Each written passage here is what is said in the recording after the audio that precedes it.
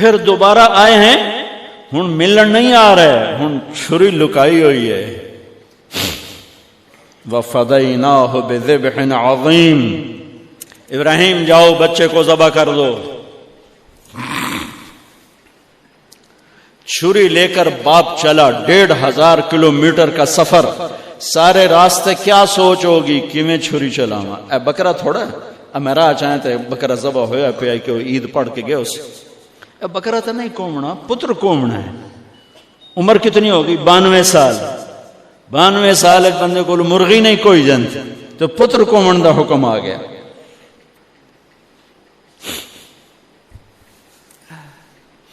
بڑے شیطان کے یوں منہ کرو ادھر لیفٹ، ادھر سے منہ کرو تو رائٹ.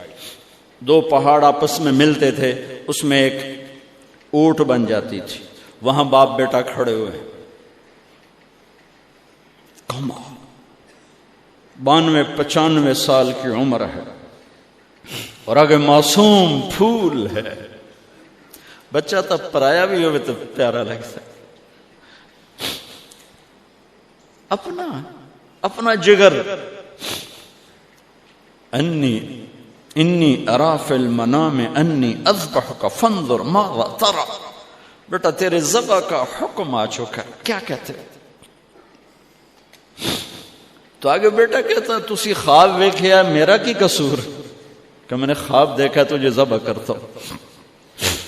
تو آگے اسماعیل کہتے ابا میرا کیا قصور ہے، خواب تو آپ نے دیکھا ہے، میں تو آپ کی اکیلی اولاد ہوں، مجھے کیوں ذبح کرتے؟ جواب سنو، یا ابا تفعل، میں قربان جاؤں قرآن کی اس تعبیر پر. اسماعیل علیہ السلام کے جذبات کو 2 لفظ، یا ابا تفعل، یا ابت افعل.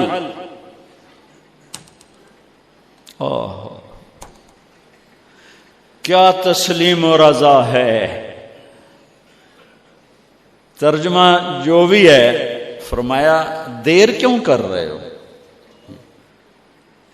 اس سے جو نکلتا ہے نا ایک خوبصورت مفہوم وہ ہے، ابا تو دیر کیوں کر رہے ہو.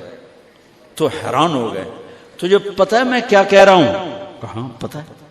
اب مجھے ذبح کرنے کا کہہ رہے ہیں، تو کوئی گھاٹے کا سودا نہیں ہے. آپ کے بدلے میں جنت، دنیا کے بدلے میں جنت ملے گی اور آپ کے بدلے میں اللہ ملے گا. اس میں کیا گھاٹا ہے؟ آئے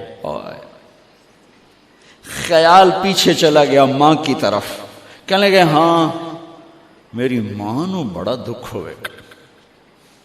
تو پھر اپنا کرتا اتارا، کہا ابا یہ کرتا میری ماں کو دے دیں، جب میں کبھی یاد آیا کروں گا تو یہ کرتا دیکھ لیا کرے گی، اور مجھے اپنے کرتے میں یہیں دفن کر دینا، مجھے ادھر نہ لے جانا، یہیں دبا دینا، شاید میری ماں میری ذبح شدہ لاش دیکھ نہ سکی. 8-9 سال کا بچہ خلیل اللہ کو کیا کہہ رہا ہے؟ میرے ہاتھ پاؤں باندھ دے بابا، شاید میرا پاؤں یا ہاتھ تجھے لگ کے کوئی بے ادبی نہ ہو جائے، میرے ہاتھ پاؤں باندھ. مجھے الٹا لٹانا، سیدھا نہ لٹانا، کہیں آنکھوں میں آنکھیں پڑیں اور تیرا دل نرم ہو جائے، تیرا ہاتھ نہ کمب جاوے، میرے رب دے امر اچ دیر نہ ہو جاوے.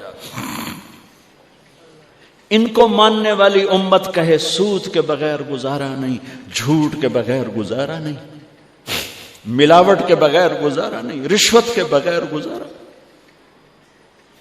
آگ لگا دو اپنی تاریخ کو، جاؤ جو مرضی کرو، جو مرضی گندگی کھانی ہے کھاؤ، اللہ کی جنت جہنم کو بھلا دو، جو کرنا ہے کرو. لیکن تمہارے بھلانے سے حقائق نہیں مٹ سکتے. جنت بھی ہے، جہنم بھی ہے، اور حلال حرام پہ فیصلے بھی ہیں. ابراہیم علیہ السلام نے ہاتھ باندھے، پاؤں باندھے. یہ کوئی بکرے دے ہاتھ پیر تو نہیں بننے جا رہے، پتر دے ہاتھ پیر بننے جا رہے ہیں. الٹا لٹایا، ایک ہاتھ میں چھری، ایک ہاتھ میں سر کے بال. گوڈا کانڈ پہ رکھے، گھٹنے کو کمر پہ رکھا، یوں بال پکڑے اور چھری، اور ایسے یوں آسمان کو دیکھا.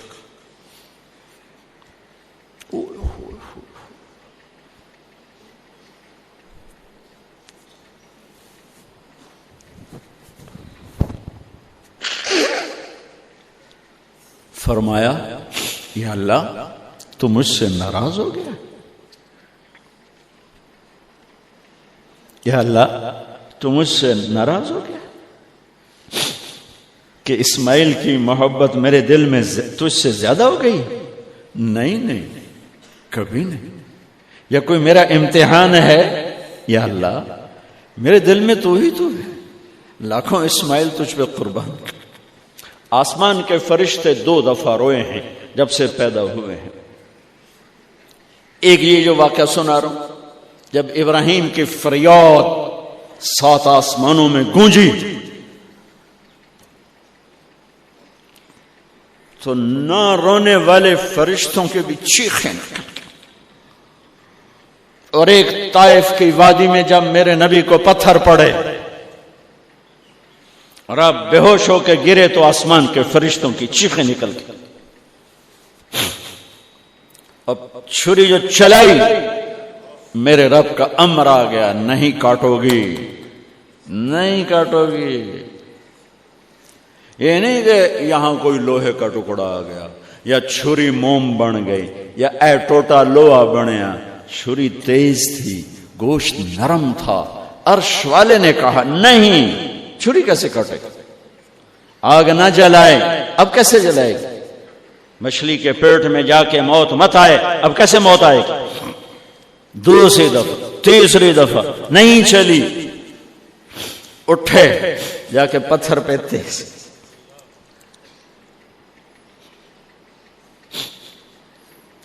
یہ علماء نے لکھا ہے کہ جانور کے سامنے چھری تیز نہ کرو تاکہ جانور کو تکلیف نہ ہو. قربانی کے مسائل میں آتا ہے، قربانی کے مسائل میں، کہ جانور کے سامنے چھری تیز نہ کرو کہ جانور کو تکلیف نہ ہو. پتر دیسا میں چھری تیز ہو رہی، میں چلتی کیوں نہیں؟ جب چوتھی دفعہ پکڑی ہے تو اللہ نے کہا جبریل جلدی کر، میرے خلیل نو جلال آیا ہے. امتحان پاس ہو گیا. وَنَادَيْنَاهُ أَنْ يَا إِبْرَاهِيمُ قَدْ صَدَّقْتَ الرُّؤْيَا إِنَّا كَذَلِكَ نَجْزِي الْمُحْسِنِينَ وَفَدَيْنَاهُ بِذِبْحٍ عَظِيمٍ. پٹی باندھی تھی آنکھوں پر، چھری جو چلائی چل گئی. آنکھوں سے پٹی اتاری تو سامنے چھترا اور آگے اسماعیل اور ساتھ جبرائیل، دونوں مسکرا رہے اور چھترا سامنے پڑا. میرے نبی ساری زندگی 2 چھترے ذبح فرماتے تھے قربانی میں، ایک امت کی طرف سے، ایک اپنی طرف سے. حج کے موقع پہ 63 اونٹوں کی قربانی دی. جس امت کے پاس یہ تاریخ ہو، ان کے پاس کہاں سے گنجائش لاؤں جھوٹ کی، فساد کی، منافقت کی، زناکاری کی، بدکاری کی، جوے کی. کتنی میرے نسل کے بچوں کو اسی تلمبے میں رہنے والوں نے نشوں پہ لگا کے، ارے میرے بھائی کیوں لوگوں کے چراغ گل کرتے ہو چند ٹکوں کے پیچھے؟ کیا اللہ کے سامنے نہیں جانا؟ کتنے بچوں کے میں علاج کروا چکا ہوں، لاکھوں روپے خرچ کر چکا ہوں کہ غریب لوگ اج میرا پوتر نشے تے لگ گیا ہے انہوں تب بھجوا دو. اب تک کتنے بچوں کو میرے اللہ نے ذریعہ بنایا مجھے، تو میں جب تک یہ اڈے والے بند نہ کریں میں کہاں سے اتنے لاؤں اسباب کے ایک ایک کا علاج کروں. لیکن یہ میرا پیغام ہے کہ مرنا انویت مرنا آسان. موت کو حسین نے بھی گلے لگایا تو چھڑیا یزید نو بھی نہیں موت نے. آج فیصلہ ہوگا وَامْتَازُوا الْيَوْمَ أَيُّهَا الْمُجْرِمُونَ. آج ایک پاسے ہو جاؤ. یہ دنیا تو لمبا نہیں ہے کہ نشے دے اڈے چلاؤ، چرس افیم ہیروئن دے اڈے چلاؤ، بدکاری دے اڈے چلاؤ، اجے دے آ جاؤ.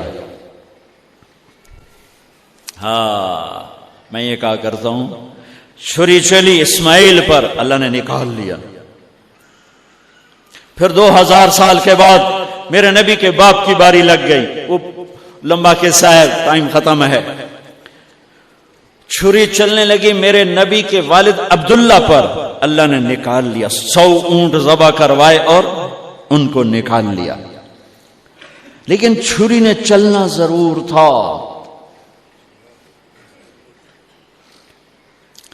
اس لیے کہ زمین کو پانی نہ ملے تو وہ سرسبز نہیں ہوتی.